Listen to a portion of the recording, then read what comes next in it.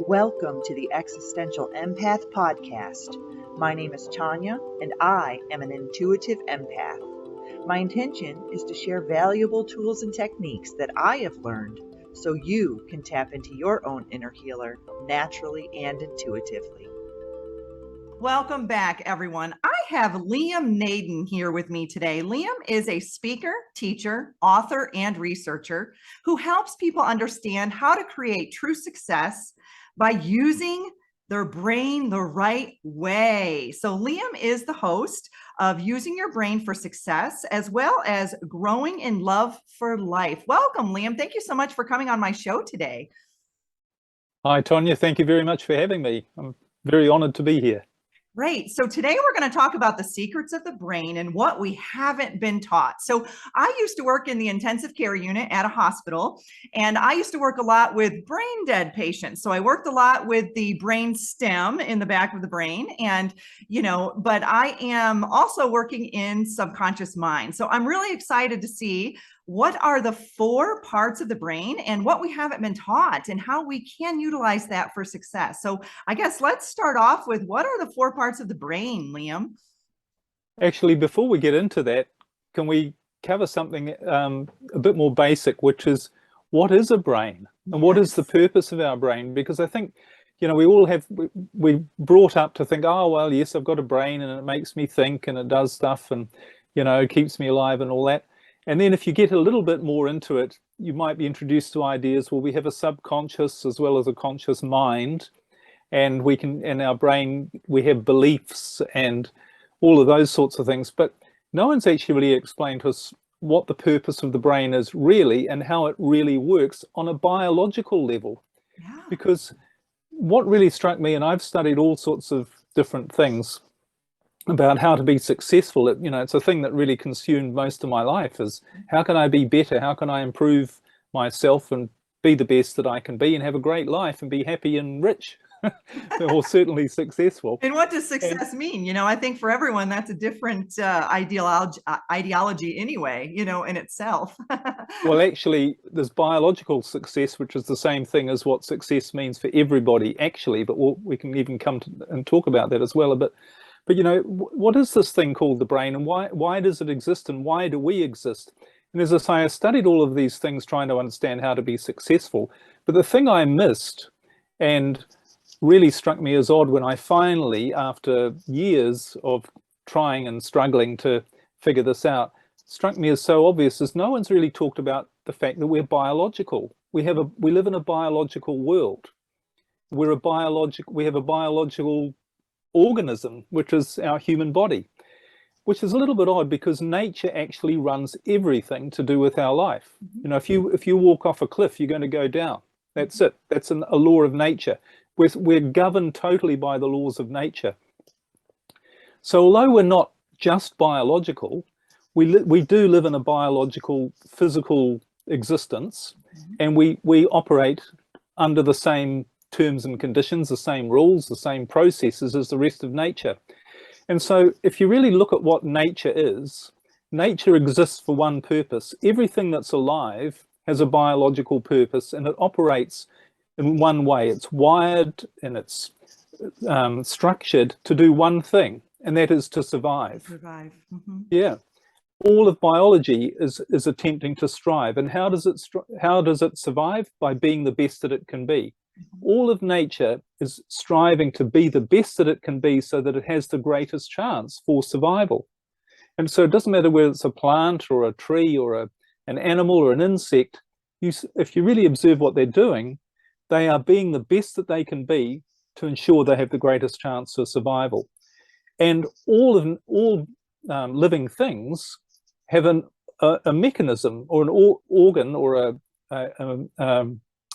an apparatus, if you like, whose sole purpose is to do that, to ensure that that organism is the best that it can be so that it has the greatest chance for survival. Now, it turns out that we're no different. We're biological. We operate under the same biological laws. And we actually have a machine designed, or our biological purpose, I should say, is to be the best that we can be as well. That means not just physically, like most of the rest of nature, but also mentally, emotionally, and spiritually. Because you being the best that you can be means being happy, being your most resourceful, creative, imaginative. That's all your mental, emotional, spiritual qualities, not just physical. So in a very real sense, we are designed to be the best that we can be, which means to be happy, fulfilled, living the greatest life possible. That's our biological purpose. And the rest of like the rest of nature, we've been given a mechanism and a machine or an apparatus whose sole job is to make sure that happens. It's our brain. Every biological living thing has a brain that its sole job, sole purpose is to ensure that that being or that biological creature is the best that it can be, having the greatest chance for survival. So again, you know, this is all pretty obvious stuff, but no one's ever really explained it to us that your brain is a machine designed to make sure that you're the best that you can be. You're at your happiest, and you're not living with problems and stress. Your brain is designed to ensure that you don't live with problems and stress, because problems and stress don't help you survive. They actually do the opposite. They shorten your life. You know, there's been a lot of scientific research which shows that stress in someone's life actually damages the not only our mental state, but our physical state as well. It shortens your life, literally. And we all know as well that when you're in a stress state, when you're afraid and worried, you make bad decisions, you make mistakes, you do the wrong things. So that, which don't help you survive, don't help you, you know, further your life in a good way. So in a very real practical sense, this machine that we have, that everything has, the brain, is designed to make you the best that you can be, and it's designed to make you avoid problems and stress because they don't help you biologically. So the really interesting thing is, when I discovered all this, when I worked this all through, I thought, well, why is it that everybody has stress and problems? If they don't help us, if stress and problems don't help us biologically to survive, and therefore our brain is not really or shouldn't be trying to give us stress and problems, because our brain is designed to make sure that we are the best that we can be, why do we have stress and problems? And then I thought, well, there can only be one logical answer. Because if you look at the brain as a machine, which it is, it has one purpose. You know, what is a machine? It's a mechanism designed to achieve an outcome. So if you look at a motor car, for instance, that's a machine. What's the purpose of a motor car? Only one thing: take you from where you are to where you want to go. And it's going to do it efficiently, predictably, and it's going to give you a comfortable ride. That's what it's supposed to do. But what happens if it doesn't do that? What happens if you don't have a comfortable ride? What happens if it doesn't run properly? What happens if when the engine creates all these problems? Why does it do that? Problems and stress. Yeah. Why does it do that? Only one reason: it's not being used the right way. Mm-hmm. Whoever's operating the car, they're not putting the right fuel in. They're not using maybe they've got the handbrake and the foot brake and the accelerator on all at the same time. Maybe whatever they're doing, that's what's creating the problems. It's not built into the machine to have problems. The machine is not designed to have any problems. So it's exactly the same with the brain. It turns out that problems and stress in your life are, just like with any other machine, the result of not using it the right way. And, you know, just like with a car, just to carry on the car analogy, because I thought about this and I thought, but, you know, everybody has stress and problems. So it's a little bit like you driving your car. You put the wrong fuel in because everyone else is putting the wrong fuel in. So it's not running right. It runs really roughly and it doesn't go very well. And you're not driving it the right way. You're putting your foot on the accelerator and the handbrake at the same time, and it's moving along roughly, and it's just not, it's a really uncomfortable ride. But you look around and everyone else is having the same experience. Everyone else is doing the same thing. They're putting the wrong, this dirty fuel in. They're not using the levers and things right. So what happens? Everybody tells you, well, this is just the way it is. Mm-hmm. This is normal. This is how driving a car actually is. And you get all sorts of people who develop ideas on how to make your ride a little bit more comfortable with still the wrong fuel and still using it the wrong way. And they say things like, what you need is you need these leather seats, and you need some air conditioning, and you need a radio, and you need all these different things that'll make your ride more comfortable. And then you have other people who are, you know, who can fix the car when things break. And so there's all this activity, all this energy, and nobody's enjoying the ride, and everybody's saying, well, this is just the way it is. This is just normal. Cars, this is the way, you know, it's driving a car is difficult. I'm like, I'm going to ride my bicycle. Yeah. It's just not a pleasant journey, but that's just the way it is. Mm-hmm.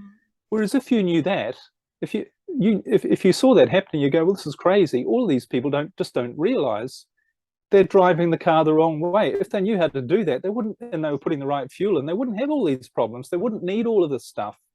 And it's certainly not normal. And that is also, if you look at the rest of nature, there are no problems. There's no stress and struggle.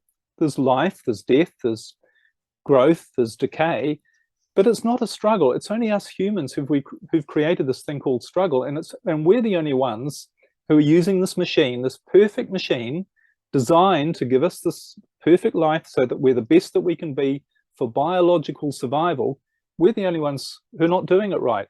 Yeah, and it's funny you say who's that. ever told us how to use it? Yeah, I just watched a documentary last night about how animals are very highly adaptable to their environment. Like if they, if they're in a situation that they're struggling in, they will learn to adapt and they will shift themselves. Where I think us as humans, we create resistance and restriction and all these things to make it so much more difficult, where animals, even with trauma, animals, when they suffer trauma, they'll shake it out. They'll move that energy through, where us as humans, we hold it in. We create these barriers and boundaries upon ourselves. And so, we aren't even utilizing our bodies correctly, to stay with the analogy of the car.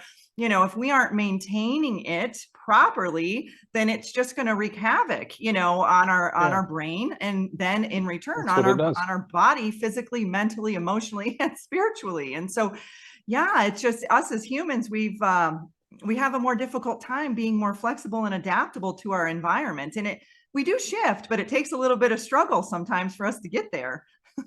Well, the rest of nature does it naturally. Yes. That's what nature means. We don't do it naturally. We're not, and it's because we're not understanding how to use our brain, because obviously we can think, we can, apply logic, but that has in some ways messed everything up, because we've been given all of these ideas from the day we were born, perhaps even earlier, that are simply wrong about what life is, about how you're supposed to live and how hard you're supposed to do things and how you're supposed to struggle and figure stuff out and plan your life and try and do all these things, and all coming from a state of confusion and force. And there's a big difference. Nature is full of power, but not force. Yeah. We're a bit the opposite. We're full of force, but it makes us disempowered rather than more powerful. And it all comes back to this biological machine that if we just used it the right way, and I'm glad you mentioned the 4 parts to it, because I've created a model for how your brain works, which is based on science. And there's lots of technical explanations. This is all based on the different parts of the brain, but I've broken it down to a model that anyone can understand quite simply without technical jargon. And what we find is, one of the things when I realized when I researched this model, we have actually been taught this in religious traditions, particularly the Bible. The Bible is a very good instruction manual on how to use your brain. Really? Not from an airy-fairy point of view, but from a practical point of view. But we haven't interpreted it the right way. And once we understand how the brain works, then we go, now I can see what I'm doing wrong. And I can also see how I've been taught through religion and other spiritual traditions how we should use it, but I haven't been using it the right way. Interesting. And even in our education system, it's like, I was a very creative person, but I was really forced to be very logical. And I had a hard time balancing that out as a child. And I think as an adult, I'm learning to tap into that left hemisphere, of the brain a little bit more. So that's really interesting that our upbringings, whether it be, through our education system, our religious system, or whatever it may be, is actually training us to act in a certain way, but we are perceiving it incorrectly or in a different, perception. That's very interesting. Yeah, well, perhaps I'll get into explaining what the 4 parts of the brain are, and I think the lights will go on for some of your listeners, at least, how this works. All right? Yeah, let's Yeah, dive in. okay. I'm really excited. I'm really loving this conversation. Yeah, me too. So anyway, there are essentially 4 parts of your brain, and these are all physical, different parts that are located inside your head. This isn't a sort of a theoretical, imaginative thing. This is biological, the mechanism of the machine, the workings of the machine. So the first part of your brain, it has a technical name, but I call it the thinking brain. And your thinking brain's located on the top of your head. It occupies quite a large physical area in your brain. But the purpose of your thinking brain is to gather through your 5 senses, in other words, everything you smell, taste, touch, hear, or see, every idea you get, every thought you get, in every moment of your life, your thinking brain takes this in, makes sense of it, and stores it in what is essentially a large database or a large library. It's the storehouse of all of the information that you pick up through your life in every moment. That's the thinking brain. Okay. And you can use that information for various purposes. One is to communicate with other people. One is to make sense of things. You know, you look at something and say, that's a tree, not an elephant. Okay, because you've got all this knowledge about that you've picked up in your life to tell you that it is a tree and not an elephant, or to put that label on it anyway. So that's the thinking brain. The second part of the brain, which is located just below the thinking brain, is the feeling brain, the emotional brain. And this is obvious, again, it's pretty obvious what this does. This manages how you feel, your emotions. It determines how you feel in any moment, from anything from excited, wonderful, happy, all those great emotions, to fear, stress, and worry. This is all managed by your emotional brain. The third part of the brain, you mentioned the brain stem. It's what I call the survival brain at the back of the head. And this manages everything to do with with just staying alive, your survival. So obviously that's all of the automatic things, your heartbeat, your organs functioning, your breathing, and all that sort of stuff. But there's one other area, other thing that your survival brain does, which is a very important part of your survival. And that is to do with, remember I mentioned earlier that the purpose of our life is to be the best that we can be, to be our happiest, feeling great, life's going well, no problems, no stress. That's the way we're supposed to live.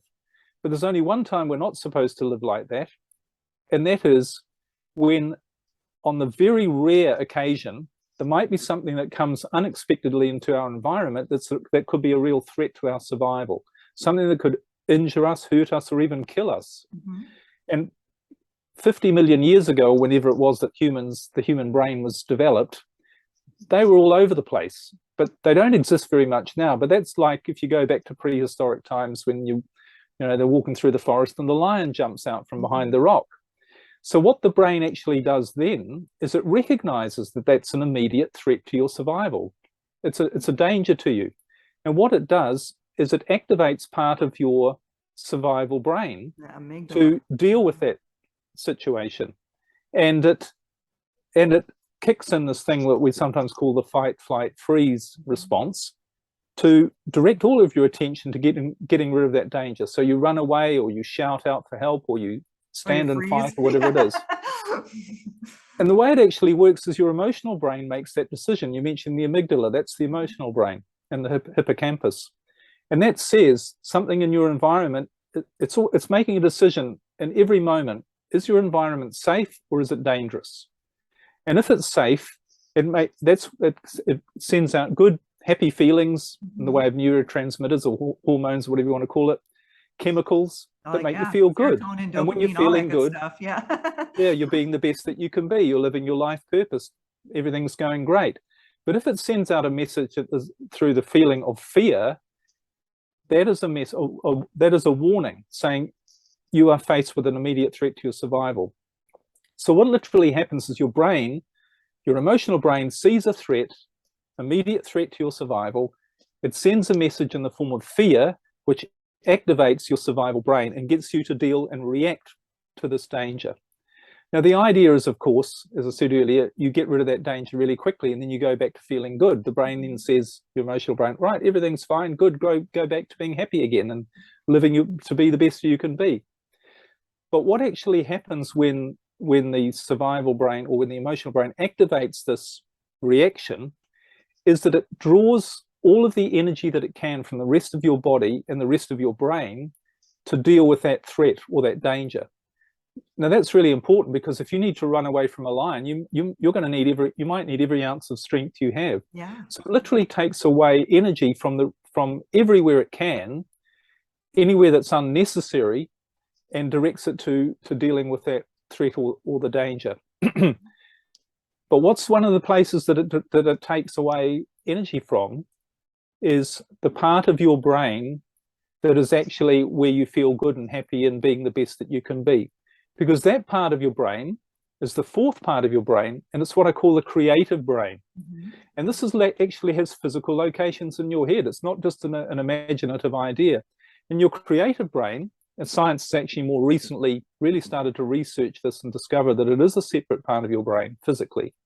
But your creative brain is what makes you the best that you can be, because this is what controls your creativity, your imagination, your higher awareness. When you're using your creative brain properly, you see the truth about who you are in a much bigger and more expansive way than what most people think. You know, most people think they're this sort of limited little victim of circumstance. You're not that at all. You've got an infinite machine, your brain, which is designed to give you this great life, and it will do that.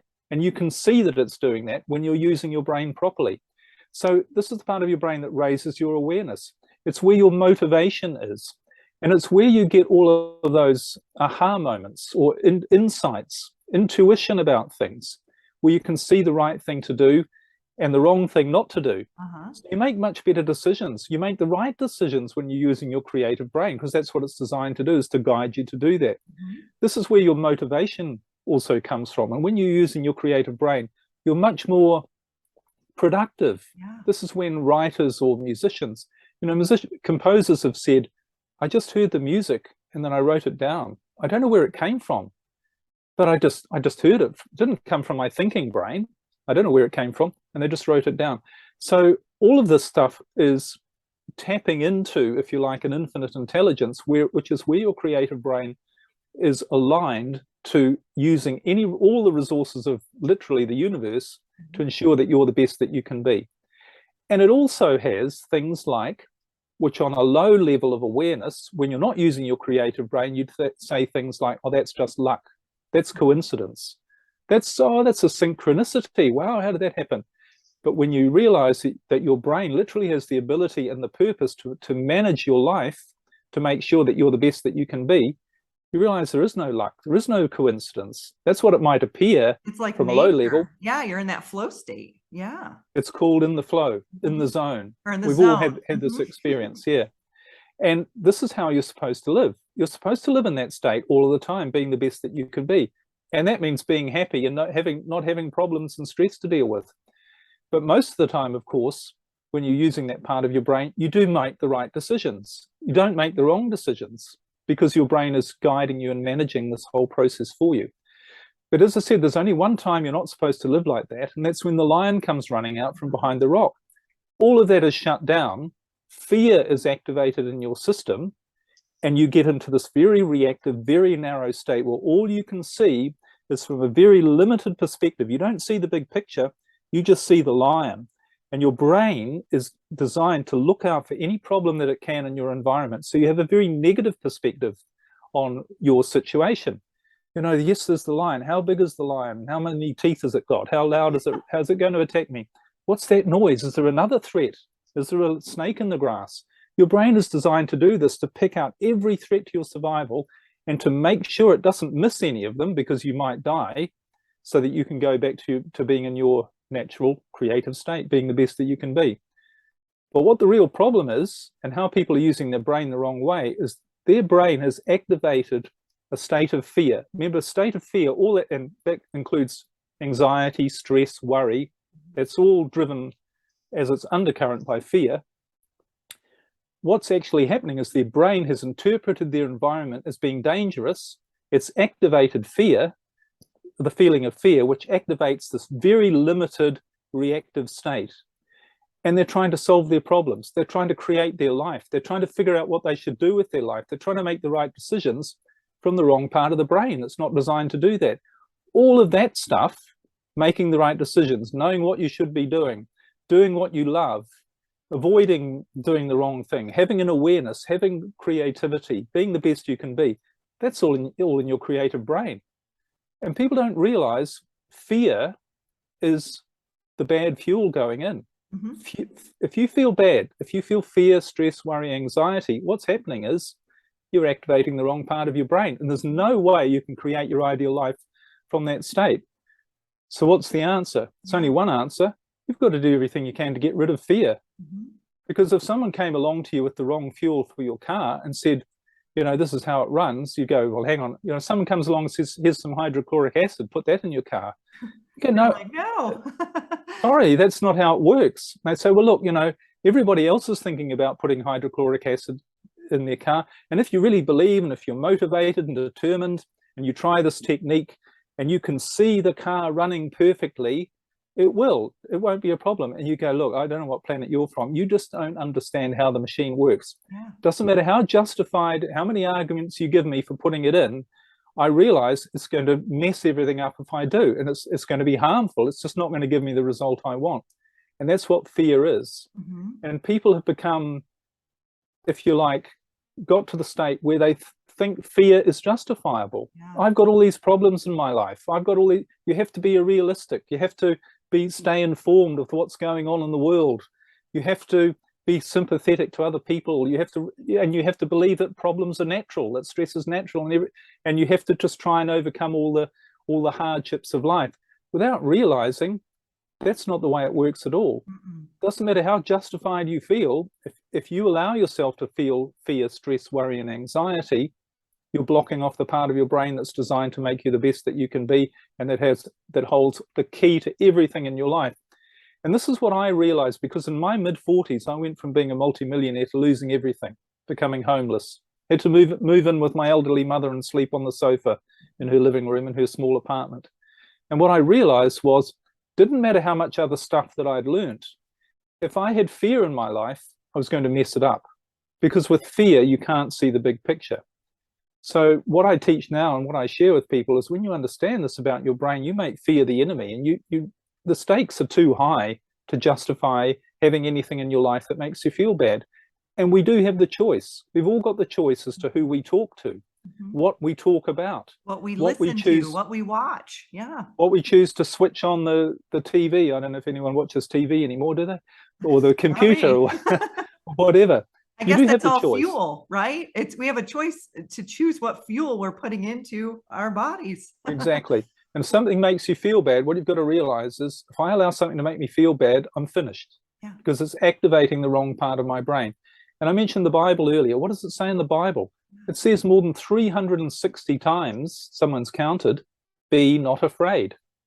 It doesn't say try not to be so afraid, or don't worry so much, or, you know, or it doesn't say fear and worry are normal. Mm-hmm. It says be not afraid. That's an instruction. It's the instruction manual saying, when you get into the car, you turn the switch on and you pull the lever and you do that. It's the same. You don't be afraid. You have faith. You trust. You believe. You let go. All those things. Then where does the God-fearing person come from? You know, that fear of God, but yet in the Bible, it's telling you be not afraid. It's like, you know, that's kind of funny, because at least here, you know, in the States, you know, it's all about, you know, I'm a God-fearing person, you know, so, but if you look at the Bible, but it's not really a God-fearing thing. I mean, God is this loving Father in the Bible. Absolutely. This God-fearing thing, I think that's more of a construction that has come later. And it's not part of the original teaching. You know, the original teaching says you will be looked after. It says, do not, in Matthew, you know, I was a Christian when I was brought up a Christian, so I can quote the Bible a bit. Yeah, no, I like that. And I look at it from this perspective. But it says in Matthew, Jesus said, do not worry about what you shall eat, drink, or wear. It'll all be provided for you. Look at the lilies in the fields, how they are provided for. How much better are you? You will be provided for. You don't need to worry about it. Give no thought for tomorrow. It doesn't say sit down and write out a goals list and try and figure out your life and worry about and struggle to try and get it. 5-year plan. It says it's all going to be given to you. Because it also says, seek first the kingdom of heaven and everything else will be given to you. What is the kingdom of heaven, you ask? It says in the Bible, the kingdom of heaven is within you. It's within you. Your temple. It's the way you're using your brain. It's feeling good. It's feeling happy, because it also says to enter the kingdom of heaven. In other words, that's within you. To access that, you have to be like little children. And what do little children do? Joy. They're in the moment. They don't worry about things. They're not planning for the future. They're not feeling stressed and afraid. and anxious and trying to figure it. They're just doing what we're supposed to be doing and what the rest of nature is doing, which is just enjoying the moment, being present, being ourselves, Until being they're the best taught not to enjoy the moment. Well, that's what I said at the beginning. We've been given all these wrong ideas about who we are and how we operate, and unfortunately, they're just not true. Well, fortunately, they're not true. Exactly. So there is another way to live. There is a way to live without struggle, trying to solve problems, but believe that life is a struggle, and that is to understand how your brain actually works, what it's designed to do, and how it operates. And it operates without fear. That's how it really operates. And people say, well, how do you let go? Because that's pretty scary to let go. Scary? Fear, maybe? When you understand it, and then you start to see it at work. In other words, when you start to trust and realize that there's a creative part of your brain, that this isn't your thinking brain. Remember, your thinking brain's limited to what you've already learned. It doesn't know what you really want. It only knows what you think you want, if you like. And when you start to access this and you start to see the results in your life, that better things show up, better people show up, things that you might have called coincidence and luck, you start to see, or you start to get an experience of how it actually works, and then everything accelerates. And then life becomes a different experience, a natural experience, which is what it's supposed to be. Exactly. And so, I do a lot of emotional freedom techniques. So it's, I teach people too, that emotion of fear will arise in that emotional brain. And then you can go to the thinking brain and ask yourself, is this a legit fear? Is this a fear that was taught to me? Is this a belief? Is this legit? And then if it's a legit fear, then you deal with it. But if it's not, then it's like, okay, let's breathe through that. Let's move through that. Let's shift that belief system. Let's shift that train of thought, move ourselves into that creative brain, and I learning a lot too about the brain heart coherence. Greg Braden, he talks a lot about this. Right. And when you're in that creative brain, you are really connected to that heart space. And so that's why it feels so relaxing and so peaceful when you're in that flow state, because you are connecting the other organs, to the brain as well, because the brain is like that hub. It's the hub of, everything. And it's really just learning the brain first, so then you can connect with the other organs in the body, because if you're fearful in the brain, it's going to affect your heart, your liver, your lungs, your everything, so if you can eliminate it's the control center, that's for sure. Like the CPU. Yeah, it's interesting you mentioned that, because about working with people to help them through their fear, because there's really only two things you need to do once you start understanding how the brain works. And that's a really critical thing, because people say, well, I don't really believe this. It's not about belief, it's about knowing. And our whole lives operate on belief or knowing. For instance, we know that when we're driving down the road, we believe that the cars coming the other way are going to stay on the other side of the road. We don't worry about it. We just expect that's going to happen. We expect we're going to breathe in 1 second, or that our heart's going to beat, or that the sun is going to rise tomorrow. So, and why do we believe those things, yet we don't believe that we've got a part of our brain that's designed to make us the best we can be? Well, only two reasons. One, we don't understand that that's what the brain's supposed to do, or how it's supposed to do it. And the other is we don't have much of an experience of it actually working. But once we understand how the brain works, then you think, okay, I really get it that fear is the wrong fuel and it's activating the wrong part of my brain. So I'm going to shut out everything that's in my life that I can that makes me feel bad, and then see what happens and allow my part of the brain to do its job. And then you see it in action, that it is actually bringing you different circumstances, different people, much better things. Your problems go away, or you find the right answer to actually solve them at long last. And then you start to understand that that is how it works, and that's the beauty of it. And then when you do, you don't need to believe it anymore. You just know it's true. So that's where the two ways to do that after you understand it is, firstly, to say fear is the enemy. Whatever it is, I've got to find a way to stop it activating the wrong part of my brain, because what's at stake is my life, is me being the best that I can be, which includes me being the most loving, contributing to others, which is all part of your survival instinct as well, is to contribute to others. It's survival as well as your own. So you do everything you can to ensure that you don't have fear. And then, of course, what you mentioned is the other thing. Once you've stopped the fear coming in, you've got to start dealing with what's my brain already still afraid of. Exactly. Because your brain's still there. Even if you got rid of all of the fear, your brain is still going to make up all these imaginary lions. You know, you've got to teach it the difference. Well, you've got to, it's learned that life is dangerous, that there are all these threats to your survival all the time, because we've been bombarded by all this negative stuff throughout our life, telling us how dangerous life is and what a struggle it is, and how hard you have to work to fix things, and you have to put your nose down and just work. So you do need to find a way, and it sounds like you're doing a lot of that as well, to help people separate, or help their brain to separate, because not what you think. You think, why am I feeling stressed and worried? Why did, someone comes along and says something to you, why would that make you feel bad? Unless they're going to break your kneecaps or something, they're not a threat, what they say, yet it still makes us feel bad. Exactly. But our brain is interpreting what they do on some strange level with it being a threat to our survival. So we need to help our brain distinguish the difference between those things, so that it only sees the real lions, not all the imaginary ones. And then you find most of the time you live in your natural creative state. And it is, I call it a natural creative state, because it is your natural. It's organic. It's supposed to be natural. It's not supposed to be difficult. We make it difficult by allowing all this negativity to keep activating the wrong part of our brain and keep sending the wrong information into our brain about what life's about. But once you stop doing that, you live in a much more natural way, a much more expansive, in the flow way, and you realize that you are in tune actually not only with yourself, but the rest of the natural world as well. And life becomes what it's supposed to be, which is a fun adventure, not a painful struggle that, you can't wait to get to the end of sometimes. Exactly. And then I know for me, when I started conquering my fears and working through that process, my body started to feel better. I started to feel lighter. I started to shed weight. I started to, just because everything was coming in alignment, everything was just rebalancing itself out. And, it started with my thoughts, my thoughts. If my thoughts were negative, then my body would respond, to that. But then once I started to release the fears, I worked in a trauma center. So I saw a lot of death. I saw a lot of trauma, tragedy.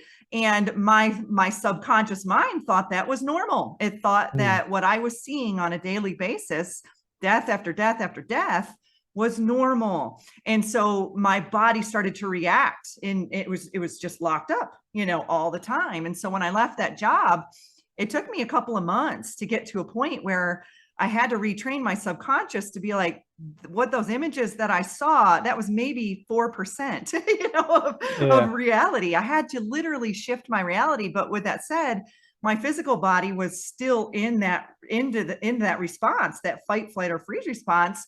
So, but once I shifted the fear in my mind and got to a point of calm and peace, then my body started to respond that way too. And it took a little bit of time, but once I figured that out, it was like, whoa, what a shift in perspective, what a shift in reality. And so, if people are living in that constant state of fear, their physical body is going to tell them, and 95% of stress is, causing our physical at issues. least, yeah. That is one of the things you're pointing to there, is saying about how your brain works naturally. One of the things naturally is it looks after you physically, obviously, and you find your addictions fall away as well. All of those things that are bad for you, you simply don't have the desire for them anymore. And that's what happened to me, and that's what I've noticed with people as well, is, and it's not that difficult to give it up. People say, like, I don't drink, I don't smoke, I don't have caffeine, I don't have gluten, sugar, any animal products. People say, how can you live like that? It sounds awful. I didn't even notice. I just lost the taste for all of that stuff naturally as I started to move more into my creative brain, because my creative brain was saying, none of that's good for you. So it's not hard. It's not difficult. It's not this, I've got to stop, I've got to go on a diet, or I've got to, your brain will do that. All of this is natural. It's not difficult. What's difficult is overcoming the fear that's stopping you, that you're fighting. You're fighting your natural self when you're in the state of fear. And unfortunately, one of the things is most people, we have these subconscious fears. We don't even know we're afraid. You know, when I was struggling and stressed and trying to build up my businesses before I lost everything, and really pushing and always trying to set higher goals and learn more things and figures, I was driven by fear. I didn't realize it, but I had this unconscious fear that I didn't have enough, that it's something that I might lose it all if I didn't keep trying to get more. And that's a very fear-based pattern that most people live under, you know, which is why this relentless, we've got to be more, have more, do more, it's more. That's not the natural way of things. The natural way of things is you know, if you look at a bird in nature, it walks along the ground and it sees a bit of food when it's hungry and it eats it. It's all there. It doesn't have to struggle and worry about if it's not going to have enough. So you do find that everything comes in alignment once you start using your creative brain, and it's not a difficult, it's far easier than the struggle of trying to figure stuff out and try and force yourself to do things and try and be motivated and, you know, tell yourself all these positive thoughts all the time. That again is not natural. We're designed to have a good experience. We're designed to do this naturally. We don't have to have a PhD and spend 20 years in therapy to try and figure out how to live naturally. We just have to use our brain the right way. Exactly. And we don't have to chase things. Things will naturally attract to us. And I think that's what, you know, once I started using my creative brain more, I started this podcast, and I'm telling you, Liam, within a month, I'm booked all the way out till December with guests. I mean, it was like the universe was like, this is what you need to do. You are in alignment with who you are meant to be. And I am having so much fun and joy doing these shows, and I'm meeting people from all over the world. And, you know, so it's like, once you tap into that creative side, and for me, or it was just organic for me to do these types of things. And I'm not chasing anything. I have speakers coming to me, more speakers than I probably even need, you know, but that's the way it's supposed to be. Part. And you're putting in effort, of course, but it's not a struggle. And there's a big difference between effort and struggle. And we would all like to be in the position where we just love what we do and things work well, and then it's not work, is it, when you're doing what you love? And it's fun. Yeah, it's not work. But and that's the way we're naturally designed to be, all of us. Some people say, well, I'm not creative, or it's all very well for you, but I don't know what I want. You don't know what you want when you're stressed. When you stop being stressed, your brain shows you what you want. And not only shows you what you want, it gets you to do it, like you with the podcast. And it gets all of the people you need, all the right things to happen. I know it sounds like magic, but it is. It is, and it's fun. And if you don't think it's magic, look at the natural world and tell me that that's not magic. What's going on in every moment around you in the natural world? Unbelievable magic. Yeah, not the natural world, not the illusionary world that we're being kind of shoved down our throat, you know, through television. Well, only if we allow it. In nature. If you start using your creative brain, if you shut all the stuff off that makes you feel bad. Illusion is only created through fear, because when you don't have fear, you see the truth. You can never be held in an illusion. I know one of the words you use in your description for your podcast is the Matrix, and I'm sure you've seen the film. Yes. Fantastic film. And what does it say there? It says you have to let it all go. Morpheus says to Neo, you have to let it all go. Fear, doubt, and disbelief. You have to free your mind. And that's exactly what I think one of the main themes of that film is about as well, is when you free your mind of fear, the illusion all falls away. You see the Matrix and you don't get involved in it. And you don't have to fight and worry about, you know, problems and what happens if the economy goes down, or you're going to be looked after, as it said in the Bible. You know, you give no thought for tomorrow. You will be cared for through your creative brain.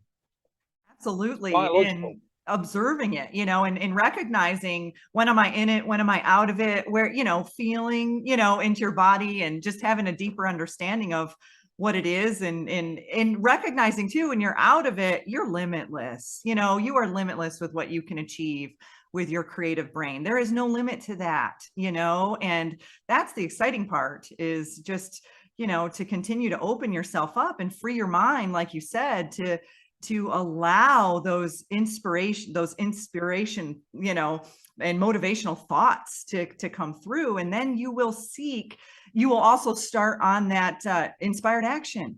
And I think that's why with the podcast, it was like I put it out there and I inspired action, and then boom, boom, boom, boom, here it comes. So I knew I was in alignment, you know, when I started this. That's great. And all you need to do, if you want to know what your job is, monitor fear. Whenever anything comes along that makes you feel bad, say, I'm going to go the other way. You know, I did, my partner and I, we do this on little things. We go to a restaurant. We went to a restaurant the other night that we'd been thinking of going to, because we're traveling around. So we're not, you know, we don't know any towns that we're in. We just look it up on whatever, that gets some good reviews. And we went in and we sat down and we went, this doesn't feel right, does it? And we'd been looking forward to going to it. We thought it'd be quite good. And we thought, no, this doesn't feel right. So we just got up and walked out. Now, we were hungry. We didn't know what was going to happen. But you become attuned to, if something doesn't make you feel good, you don't let it, you know that something, you've got to get rid of it to allow the right thing to come along. And of course, he walked around the corner, or I think it was straight over the road, actually. Fantastic restaurant, far better than the other one would have been. But you have to start trusting this by saying, my job is to monitor my thoughts and feelings. What's making me feel bad? What can I do to change it? Doesn't matter what it is. The reality, it's what am I going to do to stop putting the wrong fuel in, put the right fuel in? And the sign that you're doing it wrong is when you feel bad, unless there's a lion about to chew your leg off. But anything else, you're activating the wrong part of your brain. And that becomes your only real job, is to do that. And then just allow the adventure of your life to unfold. The way it really is quite simple. Yeah. And it's, you know, I've had people on my show, because I've talked about this, how our choices will literally put us in different timelines, you know, different realities. And people are like, that's ridiculous. You know, my past wasn't a choice, and, you know, whatever. But the reality, we have in the now moment, we can make a choice. You know, you either have a choice to hold on to the past and, you know, look at everything that you went through, or you have a choice to make a change right now. And I think that's hard for people, you know, to look at that. But when you realize biologically that everything is just your perception, is it? So when you're feeling bad, your perception on anything will be negative.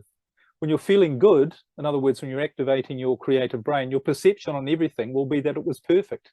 You will literally see the same event, whether it happened to you or to someone else or is happening, in a completely different way. Your perception will shift.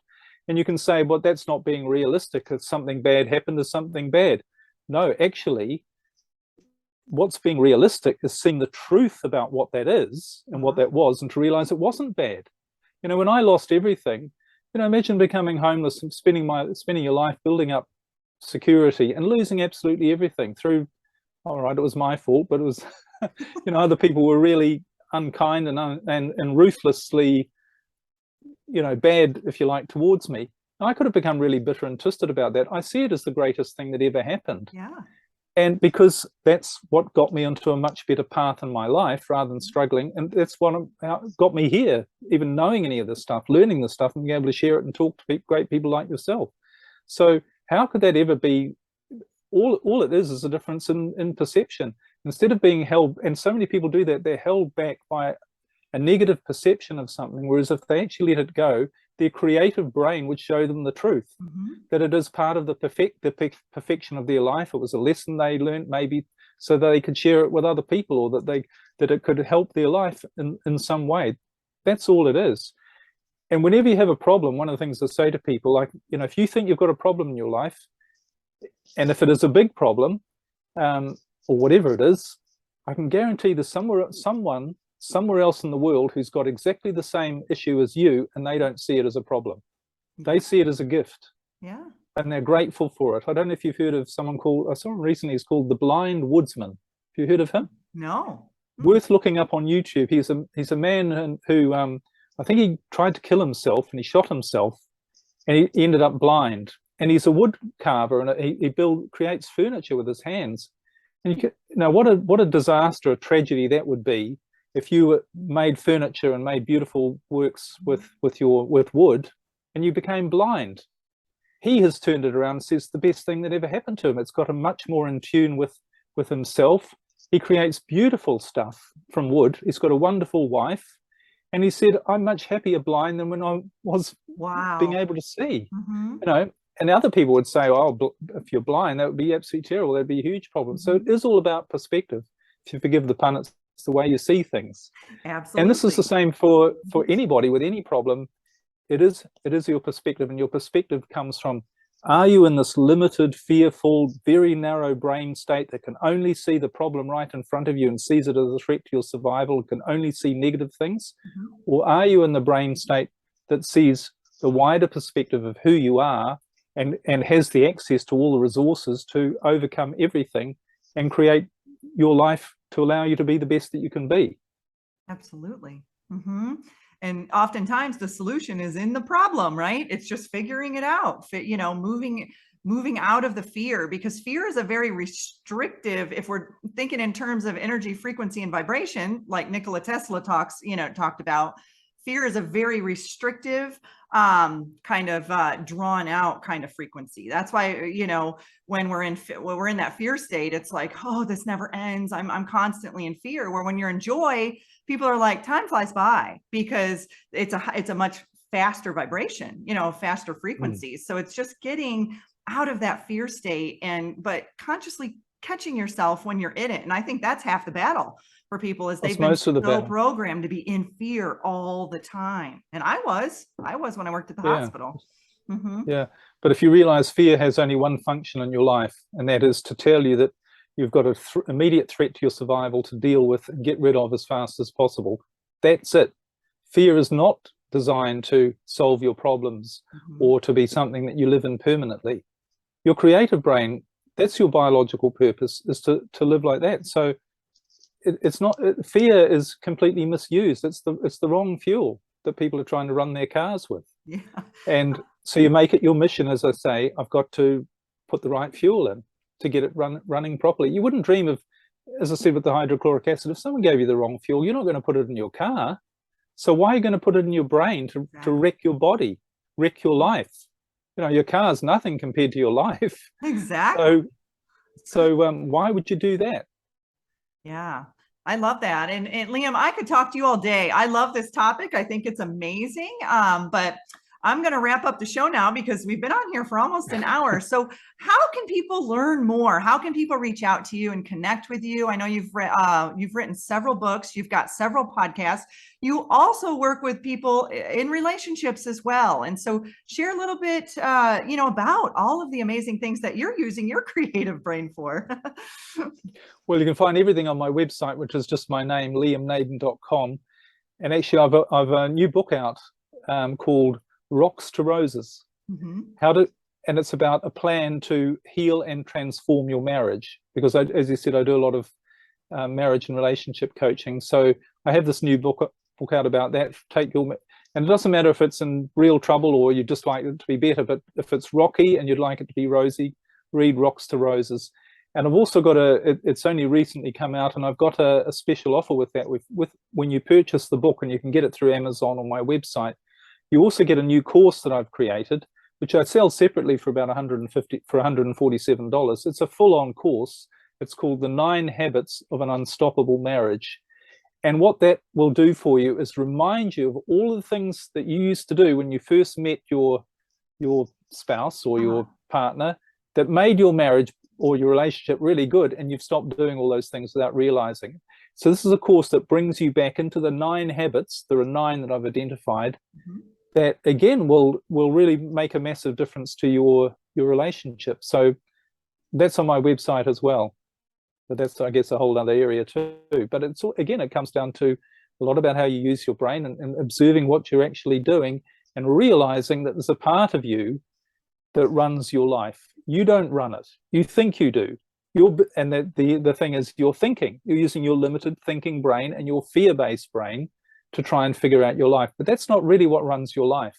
So the more you learn to access your creative brain by eliminating the wrong fuel, not activating the fear-based part of the brain, the better life becomes. And you see it more and more clearly. And you think, why did I drive with the handbrake on? Why did I put the wrong fuel in? What was I thinking? And how much fear plays in our relationships as well, is being projected back, to Fear is us. the cause of every problem in your life. Yeah. That's it. If you really analyze it, it is. Fear is at the heart of every problem in your life. And it's because your brain is doing the wrong things. It's going to do the wrong things. It's just not designed to handle it in a state of fear.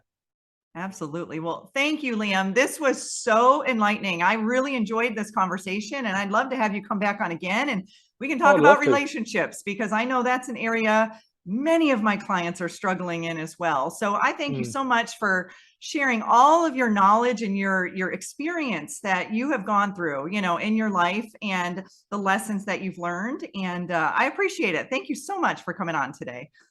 Thank you, Tonya. It's been a real honor being on your show. Thanks very much. You deserve to navigate your life as an empath in alignment with health, happiness, and abundance. To learn more about the services that I provide, including Beyond Quantum Healing Hypnosis, EFT tapping, and the Emotion Code, visit my website at www.thesoulcafe.org.